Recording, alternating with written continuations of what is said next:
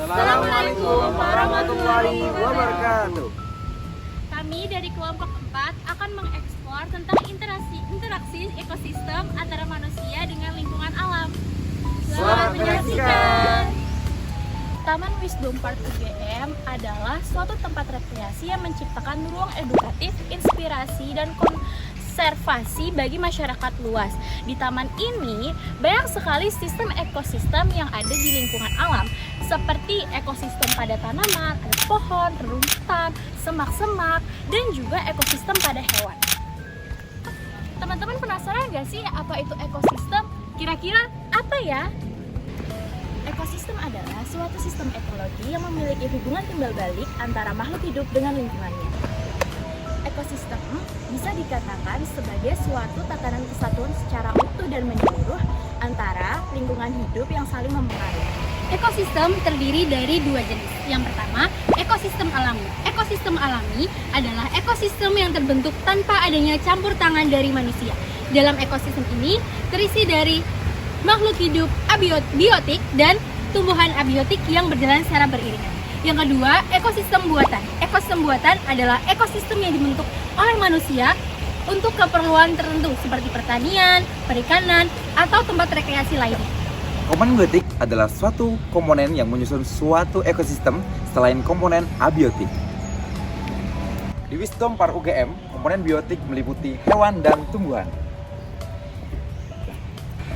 Di Wisdom Park UGM, komponen biotik tumbuhan meliputi pepohonan, tumbuhan, bunga, dan lain sebagainya.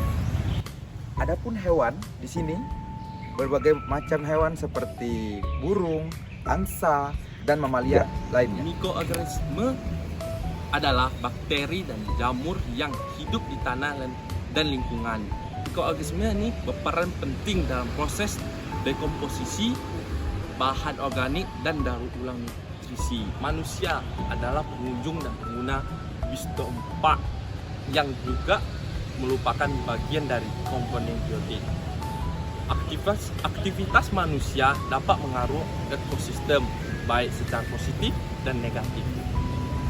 Komponen abiotik adalah unsur-unsur dalam ekosistem yang memengaruhi organisme di dalamnya. Di antaranya adalah air. Air sangat berfungsi bagi semua makhluk hidup untuk proses metabolisme dan fungsi vital lainnya. Dan ada lagi sumber cahaya matahari. Sumber cahaya matahari adalah sumber utama bagi para tumbuhan untuk fotosintesis dan dapat mempengaruhi suhu dan iklim. Sedangkan udara di sini mengandung gas-gas seperti oksigen dan karbon dioksida yang esensial bagi respirasi dan fotosintesis. Dan untuk tanah di sini sebagai tempat tumbuhan dan sumber nutrisi penting. Dan untuk suhu di sini mempengaruhi aktivitas metabolisme organisme dan distribusi spesies. Jadi kesimpulannya, ekosistem adalah suatu sistem ekologi yang melibatkan antara lingkungan alam dengan makhluk hidup di sekitarnya yang memiliki hubungan timbal balik. Tugas kita sebagai manusia yang berakal adalah melestarikan dan menjaganya. Karena pada dasarnya apapun yang kita lakukan akan berdampak positif ataupun negatif bagi lingkungan alam. Tunggu dulu, kita kenalan dulu yuk. Let me introduce my team. Singkat saja. Halo guys, perkenalkan nama saya Jumiko Legista dengan NIM 23110034 dan teman saya Hansun Suendra dengan NIM 23110093. Hai, aku Niko. Hai, aku Bimo. NIM-ku 23110138. NIM-ku 23110091. Ingat apa? Dilarang merokok. Halo, aku Kara Zahra, NIM 23110042. Hai, aku Bintang, NIM 23110099. Hai, aku Nabila Putri Armisari, NIM 23110051.